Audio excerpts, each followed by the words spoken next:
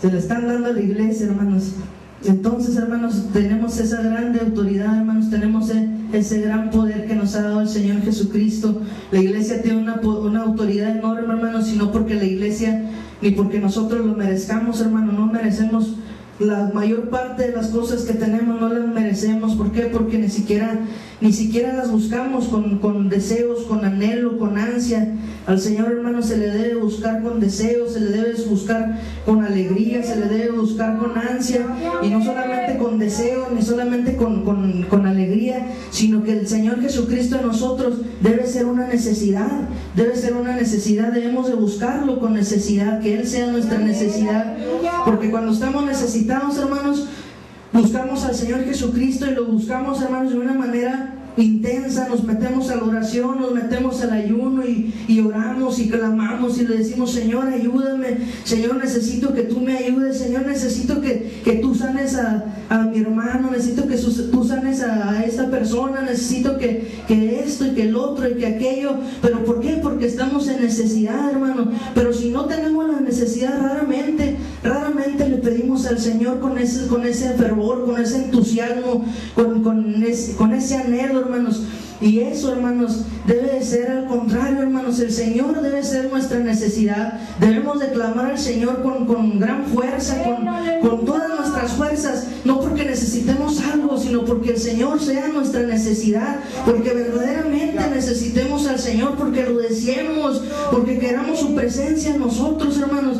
Pero a veces parece como que no queremos al Señor, como que no es nuestra motivación, hermanos, como que Él no está en nuestras vidas, hermanos. Cuando el Señor Jesucristo llega a la vida del hombre, produce un cambio, produce una alegría, hermanos, produce un gozo, produce un anhelo, y el hombre que está agradecido con Dios busca al Señor con todo su corazón, busca al Señor con todas sus fuerzas, busca al Señor con toda su alma. Lo hace en la noche, lo hace en el día, está en su trabajo y medita en Él, y sigue meditando, porque es el Señor su deleite, es el Señor su delicia. Y la iglesia del Señor no ha aprendido a deleitarse en Él. La iglesia del Señor no se deleita ya en el Señor. La iglesia del Señor es como que viene y canta y vámonos ya. Y así no debe ser, hermanos. El Señor debe ser nuestro deleite. Mientras la iglesia de Dios no entienda, no aprenda que el Señor debe ser el deleite, hermanos, las cosas van a ir mal, hermanos, van a ir mal, porque es necesario que al Señor se le busque con todas las fuerzas y con todo el corazón, hermanos. Y esta palabra que les estoy diciendo, hermanos, no es para alguien en específico, hermanos, de ninguna manera. Esta palabra primeramente viene a mí y después a todos, hacia todos sin excepción.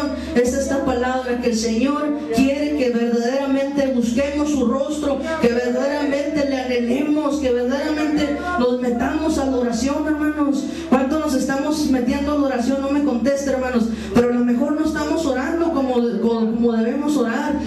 O a lo mejor sí oramos, pero como les digo, hermanos, únicamente para pedirle, para decirle: Señor, dame esto, Señor, dame el otro. Pero verdaderamente, hermanos, verdaderamente eso debe ser el segundo término. Las necesidades que tengamos deben de ser el segundo término siempre. Por eso dice la palabra del Señor que te deleites en el Señor y Él te va a conceder las peticiones, hermano. Amén. Si nosotros nos aprendemos verdaderamente a gozarnos, a deleitarnos, Dios sabe qué necesita usted, Dios sabe qué necesito yo, Dios sabe qué necesitan todos. Cuando usted verdaderamente se deleite en Él, Dios va a contestar las peticiones de su corazón. Si no aprendemos a deleitarnos, pues Dios no las va a contestar, porque dice su palabra: deleítate a sí mismo en el Señor y Él te concederá las peticiones de su corazón.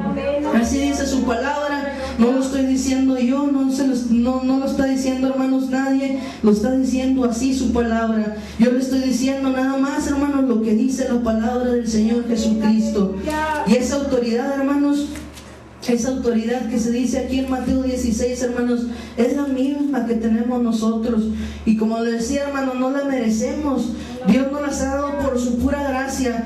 Tanta autoridad nos ha dado el Señor, que las obras que Él hizo, dice su palabra, que también las podemos hacer nosotros.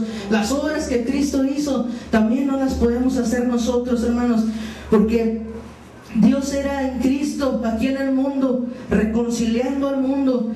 Ahora Cristo es en la iglesia.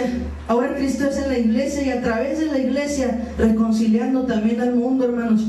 Las obras que Dios, las obras y las palabras de Dios fueron las obras y las palabras de Cristo.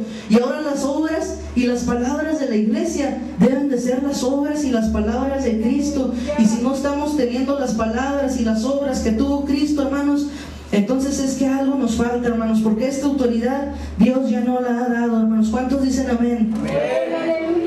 Gloria a tu nombre, mi Señor. Por eso le dice ahí en el Mateo 16, le dice, en el nombre del Señor Jesús, le dice: yo a ti también te digo, dice, que tú eres Pedro, que tú eres una piedra pequeña. Y luego dice el Señor Jesús: y sobre esta roca, hablando de Él mismo, edificaré mi iglesia, y las puertas del infierno no van a prevalecer contra ella. Y a ti, dice, te daré las llaves del reino de los cielos. Y todo lo que atares en la tierra será atado en los cielos, y todo lo que desatares en la tierra será desatado en los cielos, hermano. Entonces quiere decir que en estos momentos, hermanos, que Dios vino al mundo a instituir a su iglesia. Quiere decir que antes de que Dios viniera, hermanos, su iglesia aún no estaba instituida. Había dos pueblos nada más: había el pueblo judío y había el pueblo gentil. Y sobre el pueblo judío, hermanos, era sobre quien se derramaron las promesas. Sobre el pueblo judío dice su palabra que de ahí iba a venir el Mesías, que de ahí viene la salvación, es el que tenía todas las promesas.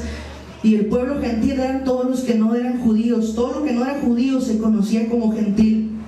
Pero Dios vino a este mundo, hermanos, y Dios quita esa pared intermedia que había entre gentiles y entre judíos para crear un nuevo pueblo. Ese pueblo nuevo, hermanos, es la iglesia del Señor. Entonces, hermanos, se puede componer tanto de judíos, se puede componer como de gentiles. El requisito, hermanos, para componer a la iglesia del Señor es experimentar el nuevo nacimiento. El que experimente el nuevo nacimiento, ya sea que sea judío o que sea gentil, pasa a ser parte del reino de Dios, a ser parte de la iglesia. De tal modo, hermanos, que en este tiempo hay tres pueblos entonces en la tierra. Está el pueblo judío, están los gentiles y estamos nosotros, la iglesia del Señor. Y la iglesia del Señor, el requisito para entrar, hermanos, es experimentar el nuevo nacimiento. Y luego después, hermanos, viene el Señor Jesucristo.